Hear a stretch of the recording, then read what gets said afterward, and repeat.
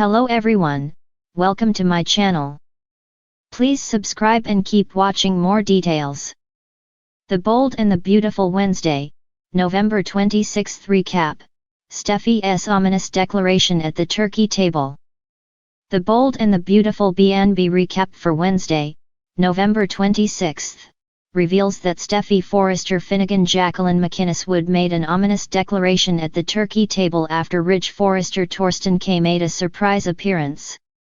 At the Cliff House, Kelly Spencer Sophia Parras spent some time in the kitchen with Steffy and Taylor Hayes Rebecca Budig, which gave them a chance to wear the new aprons Kelly picked out. Once John Finn Finnegan Tanner Novlin and Hayes Finnegan Brian David Garlick returned from a dip in the ocean, they pitched in on Thanksgiving preparations as well. Following lunch with the Logans, Ridge arrived and wanted to have dinner with his family, so Steffy was delighted over the surprise. Ridge offered Steffy and Taylor flowers before sharing a moment along with his ex-wife. Now that Taylor was out of the toxic cycle she'd been in before, she was doing well and seemed okay with Ridge's presence. Ridge cracked some dad jokes and ultimately took over kitchen duties with Finn. Steffy and Taylor were a little nervous about that, but they decided to relax on the sofa for a bit anyway. After Taylor assured Steffy that she was fine, the whole gang sat down for a Thanksgiving feast. That brought some grateful speeches, including one from Steffy.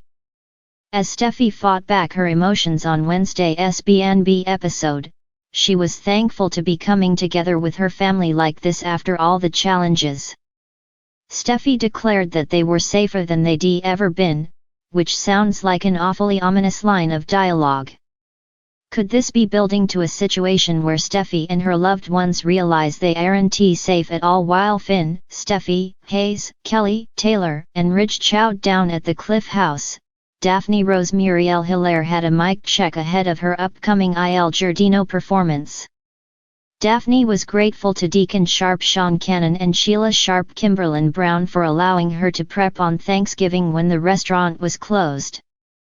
Carter Walton Lawrence St. Victor was there too and shared a nice moment with Deacon, who ultimately invited both Carter and Daphne to stick around for Thanksgiving dinner. Although Daphne and Carter were grateful for the offer, Carter already had a romantic dinner for two planned with Daphne. Deacon wound up having dinner alone with Sheila, who once again praised Taylor for working wonders and bringing her husband back to her. After Sheila encouraged Deacon to pull the wishbone with her, he got the bigger piece and made a wish. Deacon refused to divulge it since it wouldn't come true if he did, but Sheila was content knowing her own reunion wish had already been granted. The Bold and the Beautiful spoilers say Sheila and Deacon's marriage could fall apart despite her positive attitude, so stay tuned for updates on any Taylor news to come. Thanksgiving at the Forrester Mansion has always been a shimmering blend of tradition, tension, and beautifully prepared turkey. But this year, the golden glow of candlelight could not soften the razor-sharp edges of the emotions that had been simmering for weeks. What was meant to be a warm gathering became the stage for one of Steffy Forrester's most chilling declarations in years. The day began with an almost unnatural quiet. Eric's health scare still lingered like a shadow over the family, and though he insisted he was strong enough to host dinner, everyone sensed the fragility beneath his charm. Brooke fluttered around the kitchen offering elegant little touches, while Ridge tried to make light conversation, but the air felt charged, as if something or someone was holding their breath. Hope arrived with a carefully wrapped pumpkin pie and a careful smile. She had been on edge ever since Thomas's secretive behavior escalated. She sensed change coming, but not the kind she could prepare for. Ridge greeted her warmly, though even he kept glancing at Thomas with a protective father's instinct, unsure of where his son's mind had wandered lately. Across the room, Liam stepped inside with Kelly, their daughter tugging him toward the baskets of decorative leaves lining the archway. Steffy watched the moment with a guarded expression. Her co-parenting rhythm with Liam was steady, but the undercurrent of jealousy from both Hope and Thomas had muddied the waters more than she cared to admit. And today, she had resolved to settle something for herself, for her children, and for the future she was determined to protect. The guests gathered around the long, gleaming table.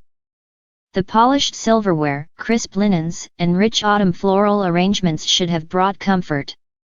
Instead, each setting felt like a placeholder for conflict.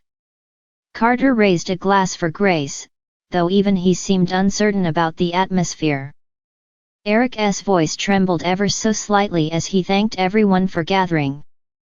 He had always insisted on the Thanksgiving table circle, where each person shared something they were grateful for. Traditionally, it softened conflicts and reminded everyone of their bonds. But this year, no amount of tradition could neutralize the layered tensions threading through the room. Zend went first, speaking about resilience and family. Paris followed with gratitude for new beginnings. Donna and Katie shared heartfelt words about Eric's improving health. The energy began to relax until the circle approached the center of the storm. Hope's turn landed like a soft sigh. She expressed gratitude for her children, for forgiveness, and for finding the strength to remain open-hearted even through turmoil. Thomas listened with a too intense gaze that made Ridge and Brooke exchange wary glances. Hope avoided eye contact, choosing instead to focus on a cranberry sprig on her plate. Then it was Liam's turn. He thanked the family for welcoming him, for Kelly, and for the chance to be part of a tradition he genuinely cherished. But as he spoke about honesty, about how truth was the root of all trust, his eyes drifted toward Thomas, a silent accusation wrapped in polite language. The table grew stiff. Even Eric shifted slightly in his chair. Finally, it was Steffy's turn. She straightened, lifting her chin with the unmistakable poise of a woman who had rehearsed her words long before she reached this table. Her voice held the same smoky strength it always had, but there was something colder threaded through its edges. "I'm grateful for clarity," she began, and every head tilted, sensing the shift.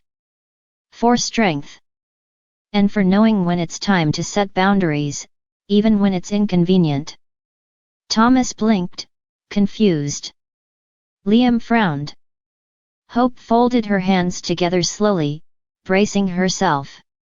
Steffy continued. "This family has survived so many storms because we face the truth, even when it hurts. And the truth is, I am done allowing chaos to circle my children. I am done letting situations spiral because people refuse to take responsibility." She paused, her eyes cutting toward Thomas, then Hope, then Liam. A thick silence fell, weighted and suffocating. "I want to have instability around Kelly and Hayes. I want to have unpredictable behavior, or obsessive behavior, or unresolved feelings lingering in ways that affect the people I love." Her words were not shouted, they were sharpened, each syllable a blade slipping neatly into place. Thomas' jaw tightened as he tried to keep his composure. Hope looked stunned, unsure whether these words were directed at her, at Thomas, or somehow at both. Liam leaned forward, sensing an opening. "Steffy, if there's something going on, you can just say it." She met his gaze without blinking. "I intend to." She took a breath, then delivered the line that froze the room. "Going forward, I am drawing a line. A hard line. Forrester or not, Logan or not, X or not, if anyone disrupts the peace I've built for my children, they want to be welcome in our home. Period." Brooke gasped softly. Ridge's brows knit in confusion and pride all at once. Eric's eyes widened with disappointment, as though the unity he cherished was dissolving before him. Hope tried to speak. "Steffy, if this is about Thomas and me, it's about all of us," Steffy cut in. "Patterns repeat because no one stops them. I'm stopping them." Thomas swallowed hard. "Steffy, I'm working on myself. You know that." "I do," she replied, her tone unexpectedly gentler. But I also know what happens when things slip. I can't risk it. Not anymore. The room felt colder. The candles flickered, casting long shadows on faces frozen in uncertainty. Steffy leaned back, the declaration complete. But its impact echoed like a slap against every relationship in the room. Turkey was served, but few touched their plates. The small talk was strained, broken by awkward pauses and sidelong glances. Even Eric's attempts at levity couldn't repair the fissures that Steffy's announcement had carved into the afternoon. By dessert, Hope quietly excused herself. Thomas followed, leaving Ridge torn between the instinct to support his son and the desire to protect his daughter. Liam lingered, watching Steffy with a mix of admiration and fear, unsure of how her ultimatum would reshape their fragile dynamic. As guests trickled out and evening pressed against the windows, Steffy stood alone in the softly lit dining room. Her declaration had been bold, brutal, necessary. Whether it would heal or destroy the family remained to be seen. But one thing was certain. Thanksgiving at the Forrester mansion would never be the same again.